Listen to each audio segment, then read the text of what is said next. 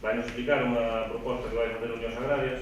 para... No baixo dos sindicatos en Chantada houbo hoxe unha reunión informativa organizada por Unións Agrarias, onde se falou sobre o prezo do leite, a situación actual e previsións para os vindeiros meses.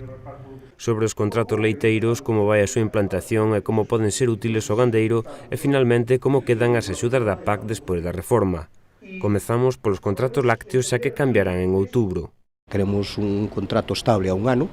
para que o gandeiro se lles permita ou poda visualizar un pouco pois a evolución do precio de máis menos un porcentaje e que se pode constituir ou se pode conformar según as normas que xa están establecidas na ILAC e según as referencias que xa están establecidas, repito, na ILAC. E, polo tanto, vamos a explicarlle ao conxunto dos gandeiros un pouco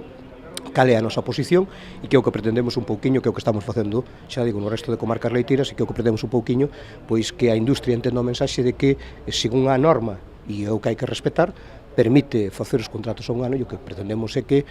dada a coyuntura que temos agora, que é unha coyuntura de bastante estabilidade, pois aproveitala e que non haxa unha fluctuación como houbo aí atrás e que poda pois levarnos a unhas caídas de precios bestiales. En canto a PAC, o sindicato cifra nun 15% a baixa do presuposto.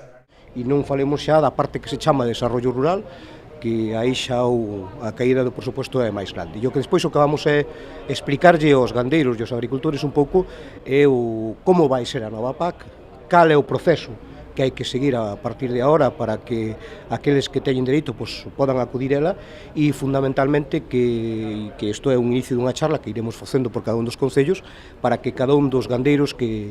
xa están percibindo PAC ou que podan percibila pois que sepan o que teñen que facer, o camiño que teñen que recorrer, como teñen que tramitar as cousas e que en definitiva pois que os diñeiros que están percibindo as explotacións e o conxunto desta zona sur pois que non se perdan, non? E despois as valoracións e os conceptos xa hoxe iremos explicando. Claro, a valoración nos gustaríamos ter o presupuesto o máis o IPC que tiñamos hasta ahora. Evidentemente, iso non é así. Aquí se dicía unha cifra, ahora estamos vendo que a cifra é bastante menor e que, polo tanto, eso vai a repercutir na percepción das axudas ou dos pagos compensatorios que viñan recibindo os agricultores e os gandeiros. E vamos a explicar como vai a ser a nova PAC, cal é os cambios que temos agora e que son distintos ao que díamos antes, o que afecta pois, ao sector da leite, como a desaparición das cotas no ano 2015, etc. Non? Unións Agrarias seguirá con este tipo de actos para seguir dándolle información aos gandeiros sobre como van avanzando estas cuestións e outras que poidan xurdir. Temos que olvidar un pouco